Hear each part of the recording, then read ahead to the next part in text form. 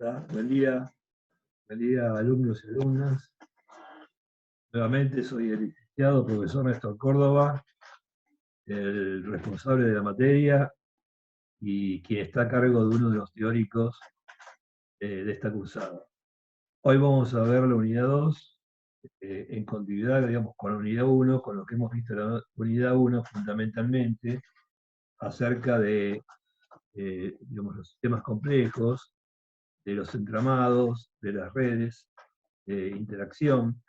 Esta idea, digamos, de una complejidad que no es totalidad, pero sí integración, como dice Gramanovich. Y también, digamos, vamos a tener en cuenta los principios de teoría del caos y del pensamiento. Vamos a dar inicio entonces a un power que es prolongado, así que yo voy a dar algunas indicaciones de cada una de las activas. Ustedes tendrán a mano ese power para consultar cuantas veces necesitan, aparte de otra instancia de intercambio que vamos a abrir próximamente. Bueno, entonces comenzamos con el Power. Vamos a abrir el Power.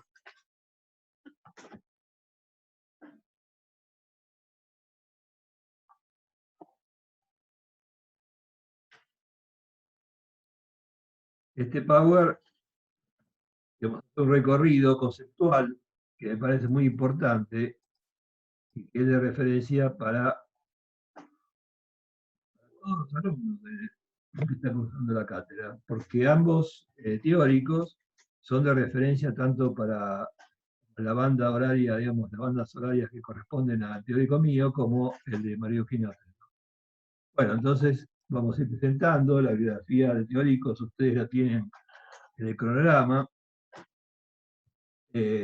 Acá hay una conceptualización, digamos, con la cual yo inicio, que habla de cuerpo, narcisismo y subjetividad, de entrelazamiento, y bueno, digamos, esto está, digamos, a disposición de ustedes para que lo lean. Y vamos a desarrollar este teórico separando en partes, siguiendo un poco el orden de la bibliografía.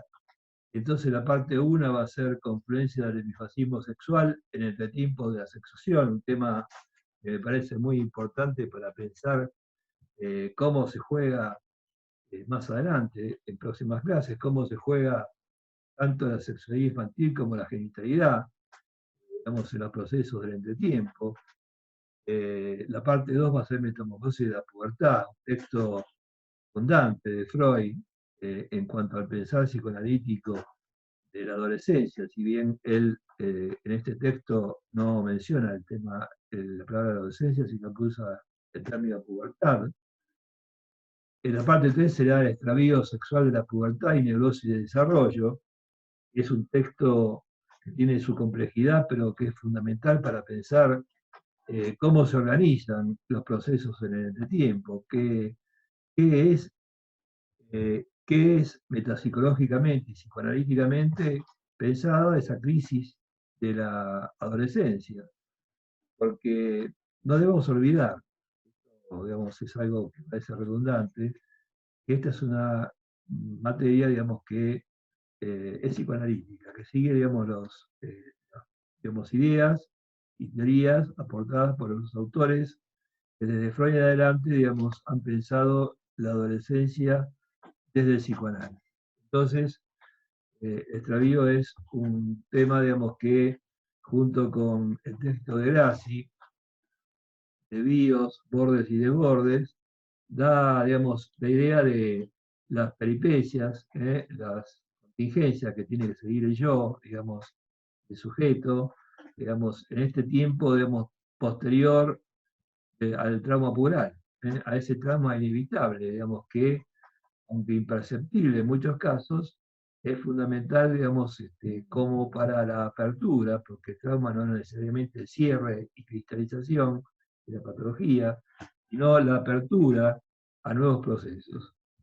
Y la parte cuarta, aportes de Piro Lanier, tiene que ver con el proceso originario, proceso que ella aporta teóricamente, un proceso que es importante para pensar en cuanto a los comienzos, digamos, de la constitución del cuerpo y del funcionamiento psíquico enraizados, entrelazados, cómo ese proceso originario va a permitir entonces que desde lo sensorial se comience a inscribir cuerpo y pecho y cuerpo, digamos, cuerpo propio y el cuerpo y el objeto exterior, el pecho, como si fueran, digamos, una sola cosa.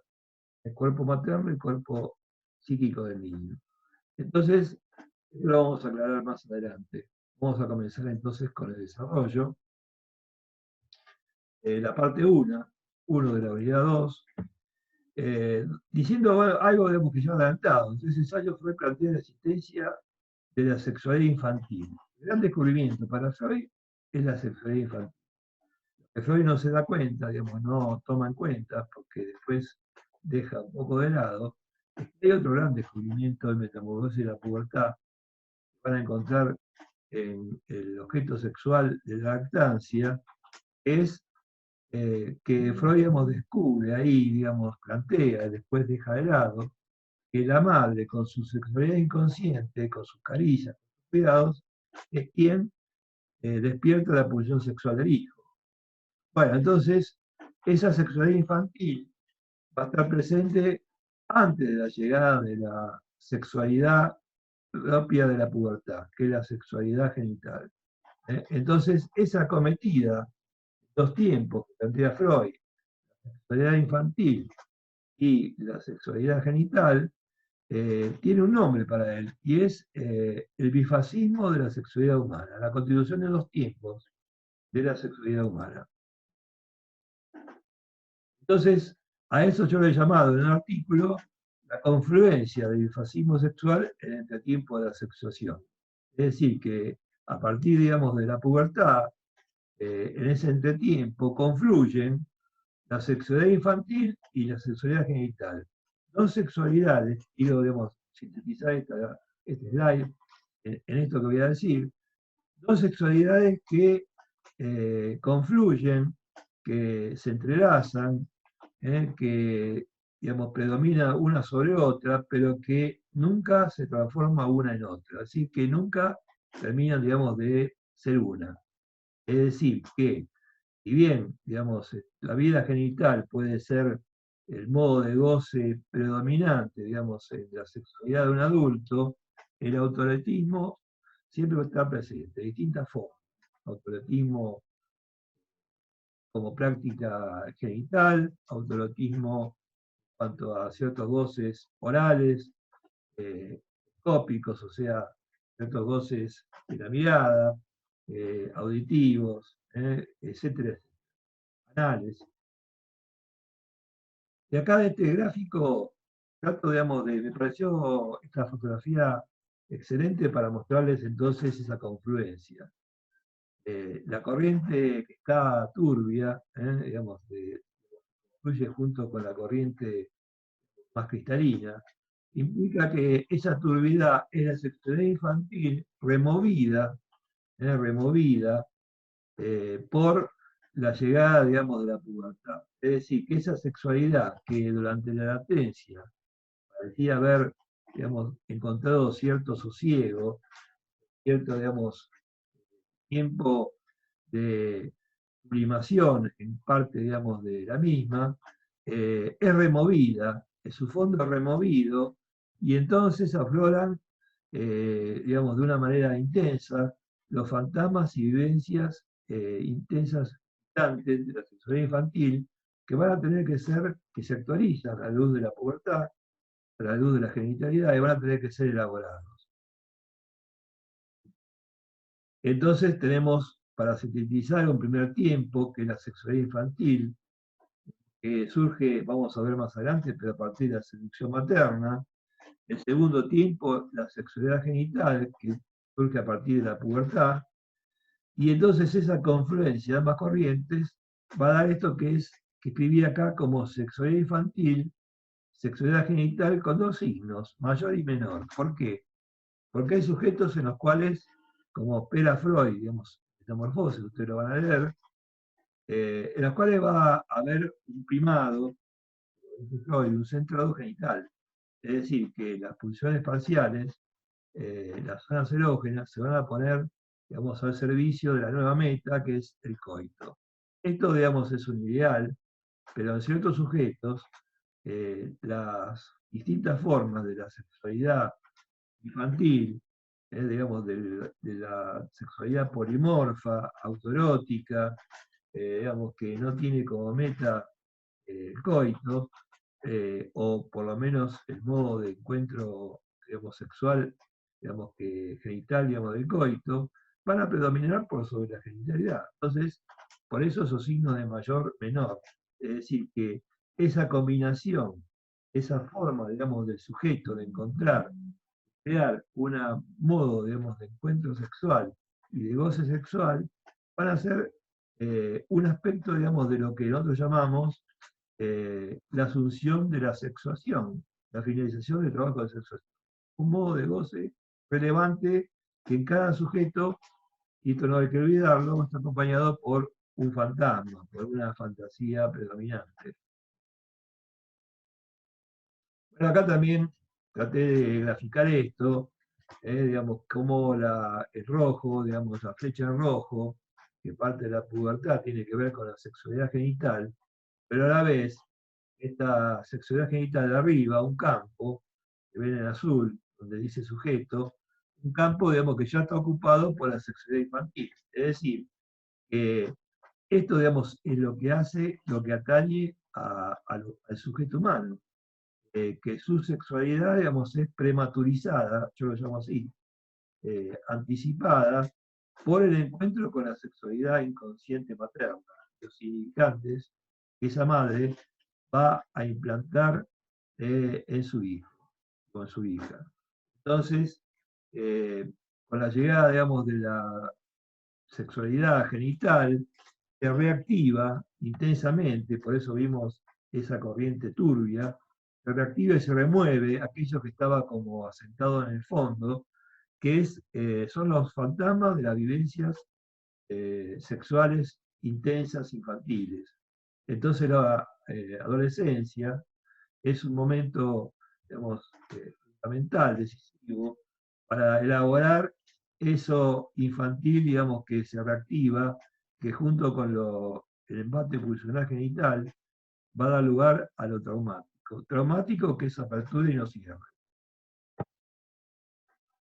Finalmente acá dice la sexualidad infantil despertada por la seducción materna, según Laplanche. Laplanche es el autor que tomó esta idea, digamos, de la seducción generalizada a partir de la lectura de Freud. ¿eh? Es reactivada por la llegada de la pubertad y la sexualidad genital. Entonces, vamos a ver un poco qué dice Laplanche acerca de su teoría de la seducción generalizada. Esto es importante que lo conozcan porque cuando hablamos de sexualidad infantil, no podemos seguir a Freud en esta idea, digamos, de su nacimiento a partir del apuntalamiento en cuanto al ejercicio de una necesidad, sino que, si bien, digamos, también pueden hacer por apuntalamiento, lo fundamental es aquello que Freud descartó, digamos, de sus propios planteos. El objeto sexual de la lactancia, esto está muy claro, la madre despierta cuidado de la pulsión del hijo, lo sexual, lo prepara para su vida futura.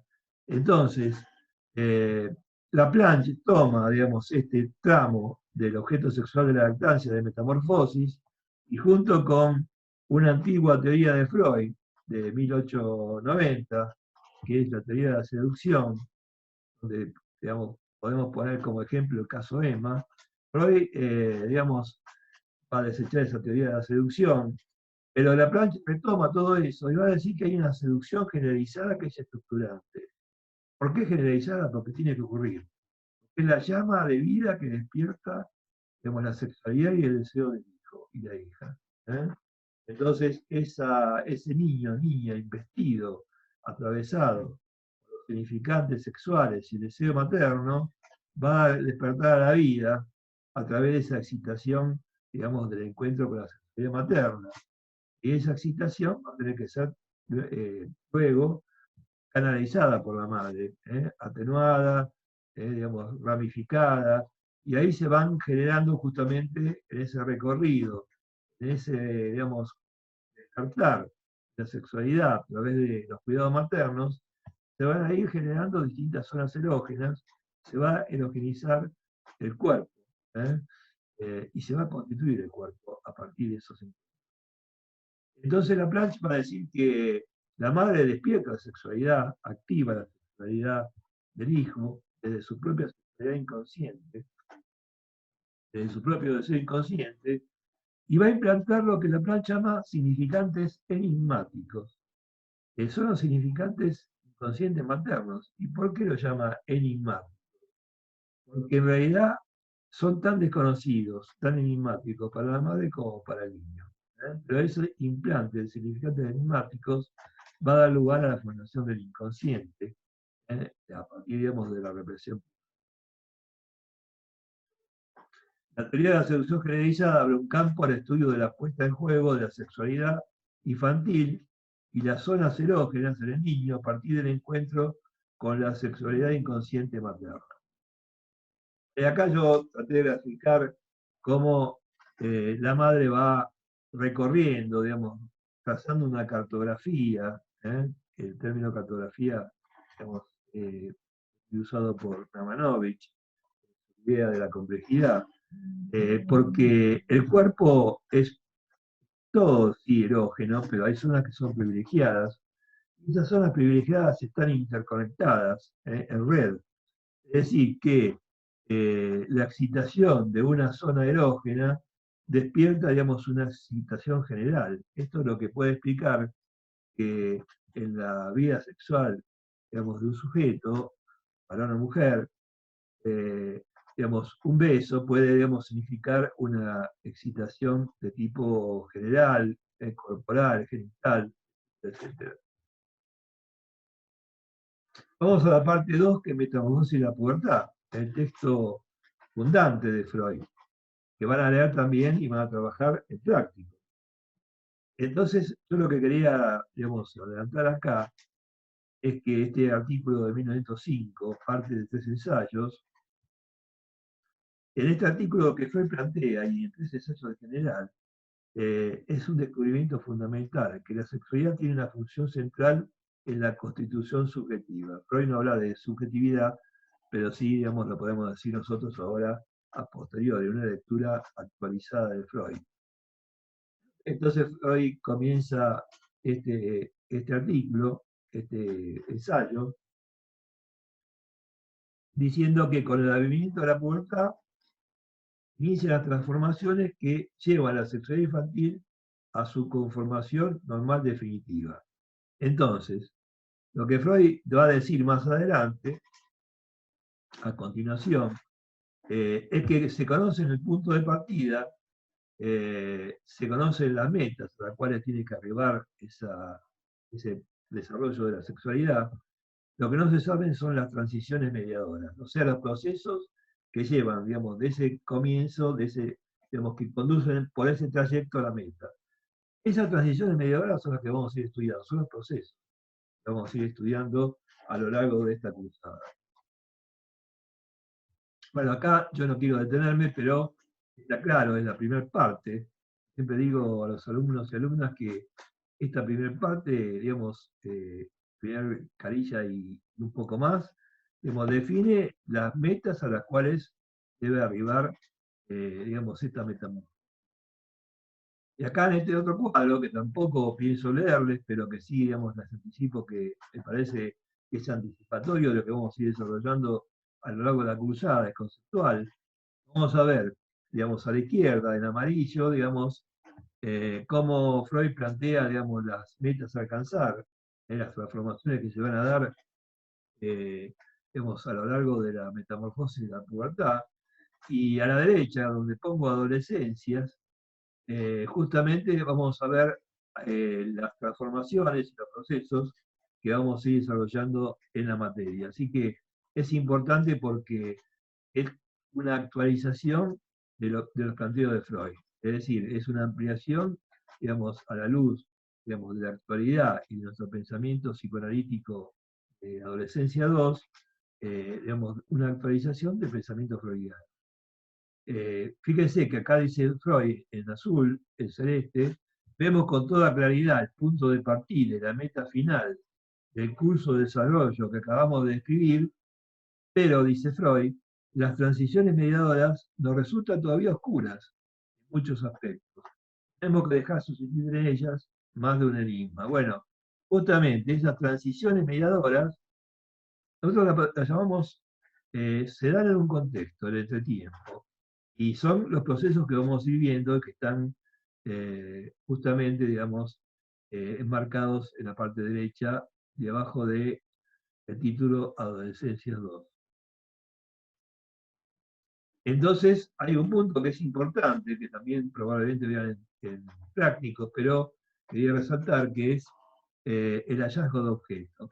Freud plantea, cuando hablamos de hallazgo de objetos, quiero hacer una salvedad. Es el hallazgo, digamos, está implícito, el hallazgo de objeto amoroso. ¿eh? Entonces Freud plantea el hallazgo de objeto amoroso como final de un complejo y azaroso recorrido. Ese azaroso recorrido lo vamos a ir viendo, digamos, es un recorrido por el tiempo, digamos, de procesos que van a permitir ese acontecimiento fundamental, unos acontecimientos importantes, digamos, de trabajo de la adolescencia. Pero yo quería resaltar algo que conceptualmente me parece importante. Es más importante el acontecimiento del hallazgo que el objeto amoroso hallado. ¿Por qué? Porque el objeto amoroso puede ser contingente. El hallazgo, digamos, marca un logro psíquico fundamental del sujeto. Psíquico y, digamos, intersubjetivo, porque implica el encuentro con ese otro radicalmente otro. Sea el sexo que sea del mismo sexo, sea de otro sexo, del sexo opuesto, ese encuentro, sea genital o sea, digamos, con otro modo creativo, digamos, que el sujeto haya para encontrarse con otro, ese encuentro siempre es con un otro radicalmente otro. Por eso justamente se requiere la dimensión de la actividad para el encuentro, es decir, digamos, la aceptación del otro con un deseo propio. Acá sigo con el hallazgo de objeto, no lo voy a desarrollar, para leer. Eh, pero algo previo para el hallazgo de objeto. Bueno, sí, quiero leer algo, digamos, quiero leer algo. Me quiero, digamos, retrotraer a una parte, digamos, de este texto, que es cuando dice, quiero que lo subrayen, porque lo vamos a ver más adelante, cuando veamos otra forma de hallazgo de objeto, de Grassi, el hallazgo, Freud, encuentro de objeto, es propiamente un reencuentro. Esto, díganlo, subrayado. Y en la nota al pie vamos a encontrar dos formas de elección de objeto que Freud agrega a posteriori. Son la elección por apuntalamiento y narcisista, y de tipo narcisista. Pero hay algunos logros previos al hallazgo de objeto, planteados por Freud. La renuncia o desestimación de las fantasías inconscientes y defectuosas, la actividad autoerótica, la primera forma, digamos, de búsqueda del objeto será una fantasía, y esas fantasías inconscientes acompañan el autoerotismo a través de la masturbación o a través de los ensueños, que son, digamos, la característica predominante femenina, menos lo es. Esas fantasías son, digamos, fantasías que conllevan una goce incestuoso inconsciente. También se tiene que dar algo que plantea Freud, también en el apartado de la barrera del incesto, de metamorfosis, el deshacimiento de la autoridad de los padres, que prepara el terreno para la concreción de ese hallazgo. Bueno, en cuanto a la barrera del incesto, es un apartado fundamental, porque Freud plantea ahí, digamos, cómo la barrera del incesto tiene que recaer sobre sobre la familia, no solamente sobre el sujeto.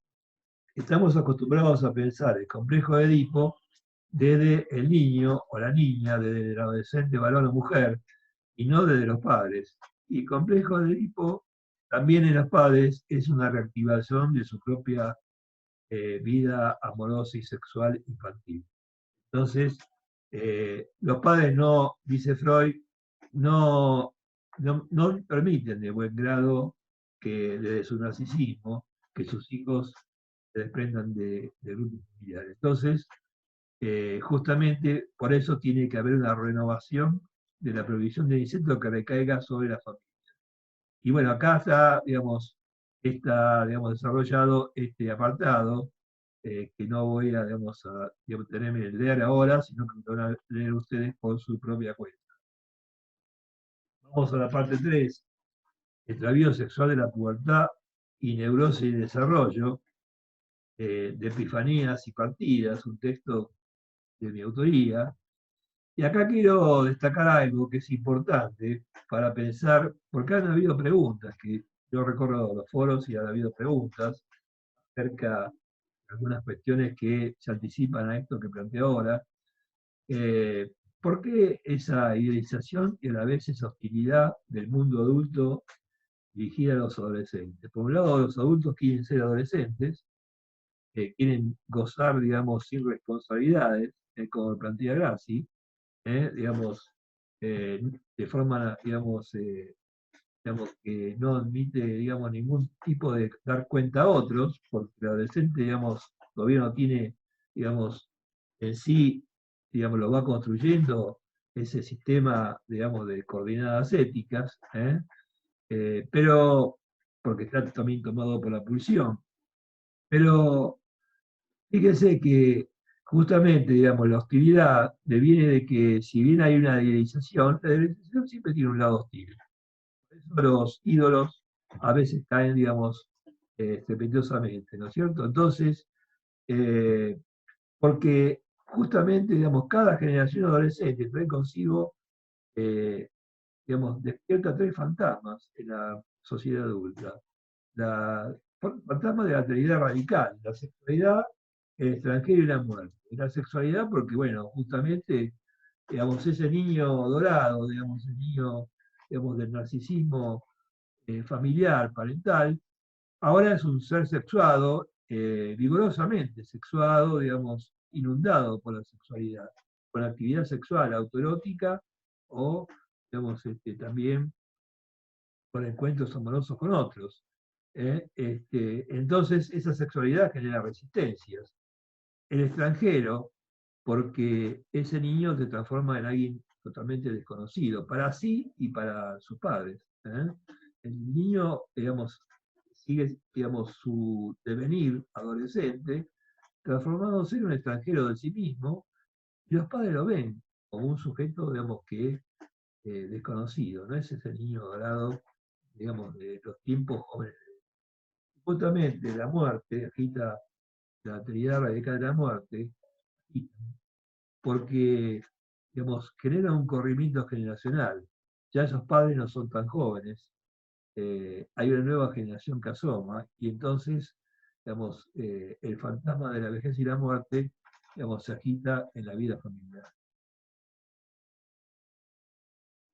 Acá hay un cuadro de Munch que yo tomo, digamos, que pongo, digamos, en el texto, digamos, de extravío sexual de la pubertad, y es el cuadro de Munch que se llama justamente Pubertad. Yo les invito a ustedes a que piensen, que les despierta, lo que lo busquen, que lo googleen, lo pongan, digamos, lo más grande posible, maximizado, su tamaño, y que piensen qué les despierta este cuadro.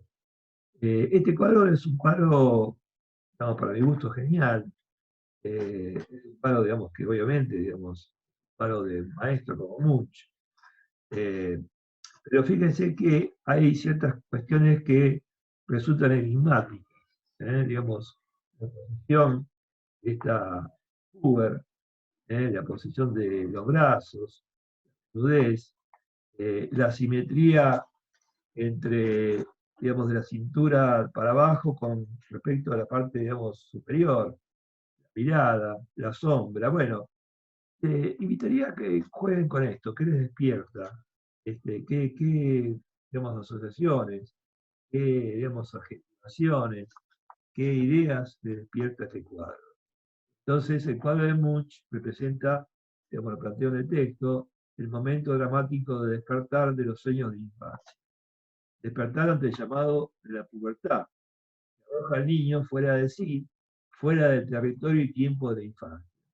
Es decir, lo confronta con lo desconocido, con ese real que adviene junto con las transformaciones del cuerpo y la sexualidad genital. Bueno, vamos a trabajar acerca del trauma puberal, lo que llamamos el trauma puberal, y el extravío sexual, tiempo inicial de desconcierto, desorden, incertidumbre, y punto de partida de una travesía con desvíos, bordes y desbordes, marcada por el entretiempo. Fíjense que acá hago una articulación entre la concepción de extravío y, digamos, lo planteado por Grassi en este texto que ustedes han visto en la unidad anterior. Entonces acá planteo algo del extravío, ustedes también lo van a leer, pero quiero decirles esto, ¿no? El extravío es un término conceptual que define metapsicológicamente un momento lógico de desconcierto y incertidumbre, afín a lo que Grassi describe como un transitar por desvíos, bordes y desbordes con finales inciertos. Porque el extravío puede dar lugar, digamos, a la creatividad adolescente, a los trabajos adolescentes que van a dar, digamos, como resultado, digamos, un trayecto que cada uno debe construir hacia el hallazgo de objetos, hacia la, digamos, la tierra, digamos, de los adultos, la conquista del mundo adulto, hacia la partida, hacia el mundo adulto, pero también el extravío puede dar lugar, digamos, a situaciones dramáticas y trágicas como plantea la obra El despertar de la primavera, una obra, digamos, que Lacan toma como ejemplo, pero también, singularmente, coincidentemente, había sido tomada, digamos, como un comentario por Freud, porque se inauguró justamente en el tiempo de Freud. Entonces, acá elegí un cuadro que me pareció bárbaro, que quería compartirlo con ustedes, una fotografía, ¿no? Que me encantó, digamos, el epígrafe. Nadie encuentra su camino sin haberse perdido varias veces. ¿No? Extraviarse es perder el camino. No hay un camino trazado previamente, pero hay un camino que se va construyendo.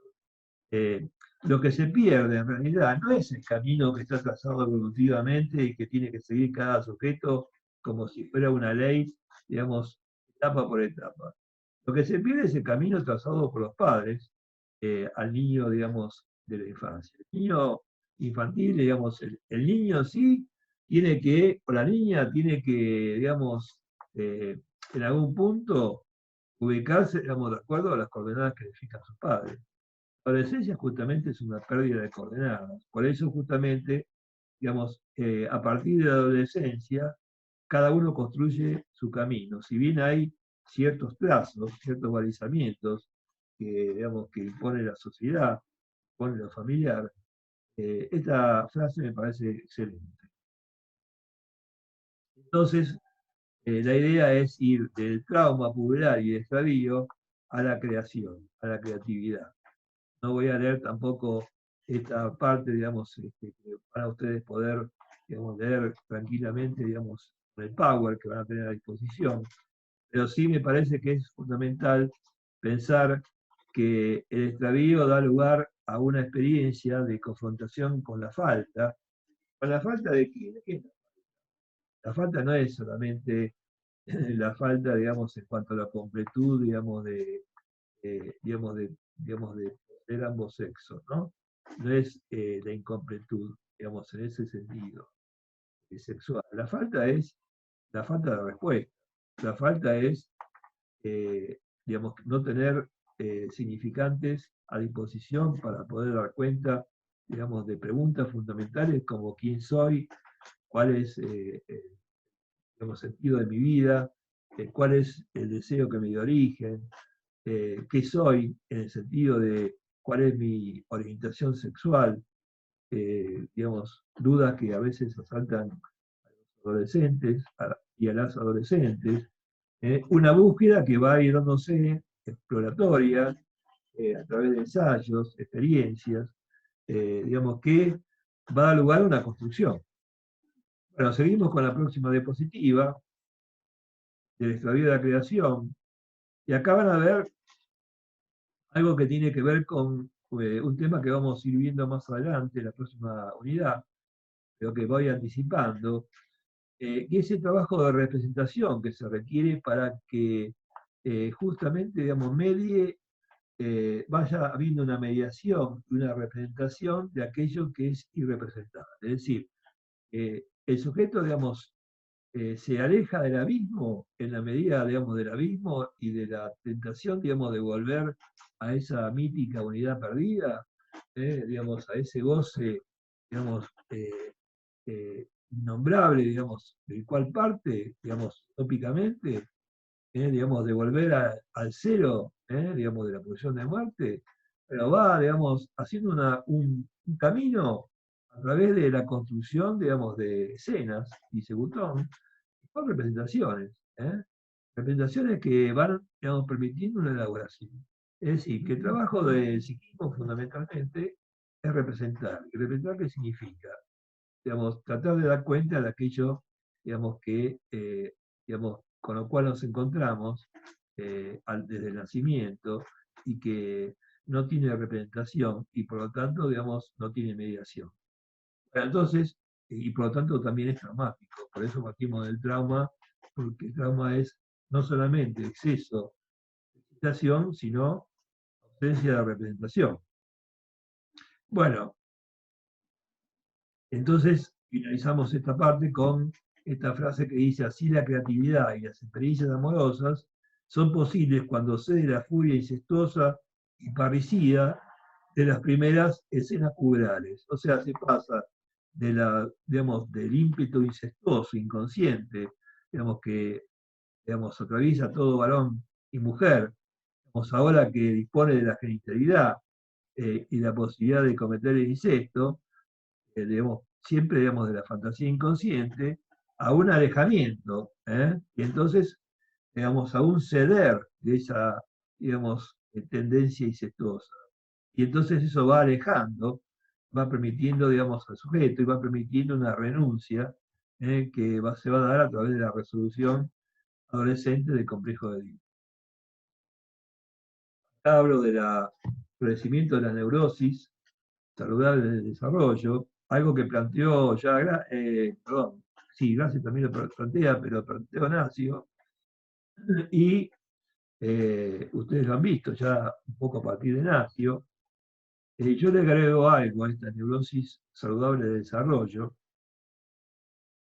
eh, digamos, que plantea Nacio, esta neurosis, digamos, que se debe liquidar y que tiene que ver con la actualización de los traumas y conflictos infantiles a la luz de la genitalidad. Y yo lo que agrego es que, bueno, esta es una, digamos, neurosis que se da en transferencia con los padres. Es un aporte mío que tiene que ver con que es claro que los adolescentes y las adolescentes cursan una adolescencia turbulenta, pero, digamos, medianamente saludable, los conflictos se plantean y las confrontaciones se plantean con los padres. Entonces, ¿qué es lo que pasa? Digamos, justamente que en transferencia con los padres, una neurosis de transferencia se organiza, pueden liquidar, digamos, aquellos conflictos, aquellos traumas vividos en infancia, con los padres en el aquí y ahora.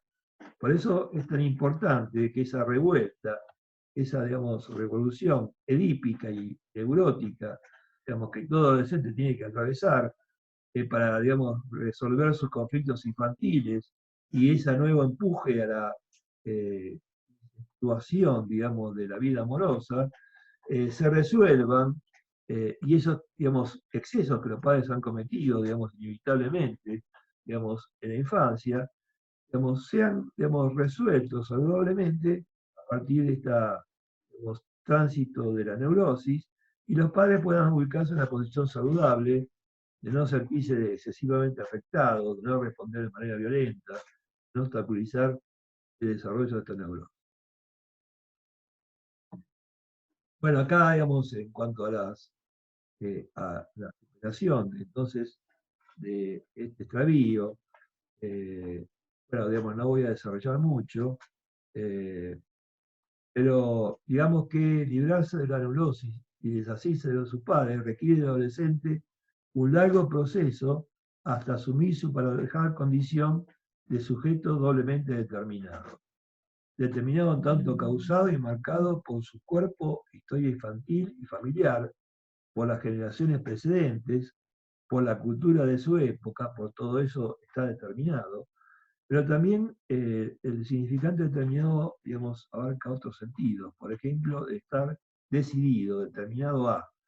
Pero a la vez, entonces, determinado en el sentido de decidido o resuelto a asumir su condición de sujeto deseado. Entonces, ubico en el final del artículo un texto de Freud, una novela de Freud, tanto un artista adolescente, y digamos, bueno, recorto una frase que es el momento de partida del personaje. Y ahora vamos a McDougall, perdón, digamos a Piero Lanier. Joy McDougall está implícita, digamos, pero no voy a trabajarla, un artículo de Mariana Soler.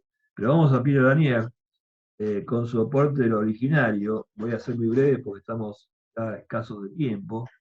Eh, Pero bueno, lo originario, digamos, es digamos, una teoría, una metapsicología, aparte de una metapsicología, es un proceso. eh, y quiero decirles que fundamentalmente que, digamos, bueno, primero, digamos, Piero Lanier es una lectura, hace una lectura rigurosa de Freud, y también ha sido, digamos, discípula de Lacan de muchos años, como parte del ciclo íntimo de Lacan, y se analizó con Lacan durante prácticamente 10 años. Entonces, el gran aporte de Pilar Lanier es el siguiente.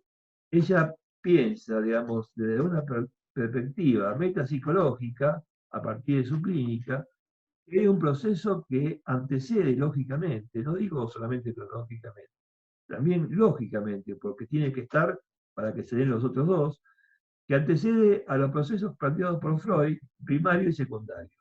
Entonces, esa antecedencia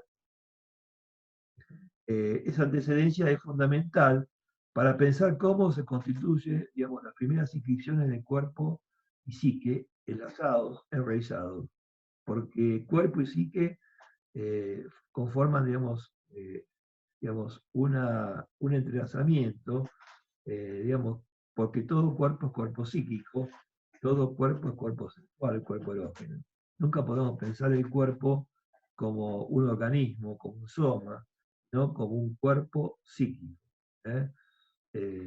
Y bueno, digamos, el antecedente en Freud es el yo como instancia corpórea.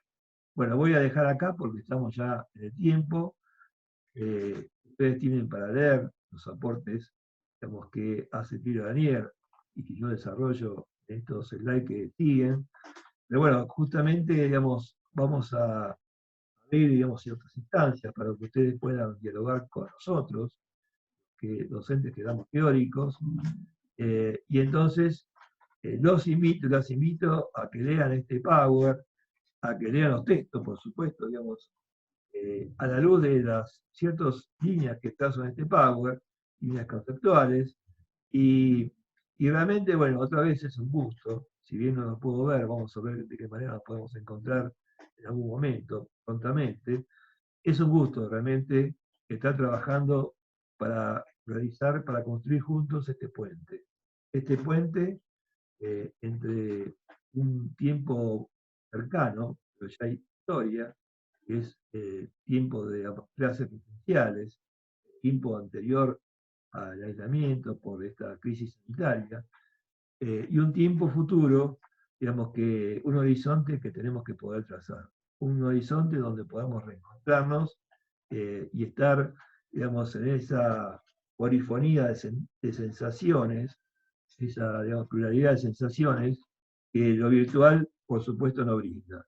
Pero gracias a lo virtual podemos construir este puente y acá somos protagonistas tanto los docentes como ustedes. Así que, bueno, digamos, sé que ustedes están tomando con entusiasmo esta cruzada. Tengo referencias, digamos, de muy buenas lecturas. Aquellos que no, y aquellas que no han podido todavía conectarse, bueno, digamos, tienen tiempo de hacerlo. Tenemos guías de estudio que vertebran, digamos, lecturas. Tenemos trabajos que implican una evaluación cualitativa e inclusiva, porque no pretendemos otra cosa que incluirlos, incluirlas, y hacer este trayecto inédito, digamos, realizar esta odisea juntos. ¿eh? Digamos, entonces, bueno, para mí es un placer, es un gusto, digamos, formar parte de esta experiencia terminal, inaugural, que va a ser historia. Bueno, suerte, cuenten conmigo y adelante con la lectura, adelante con la vida. Cuídense.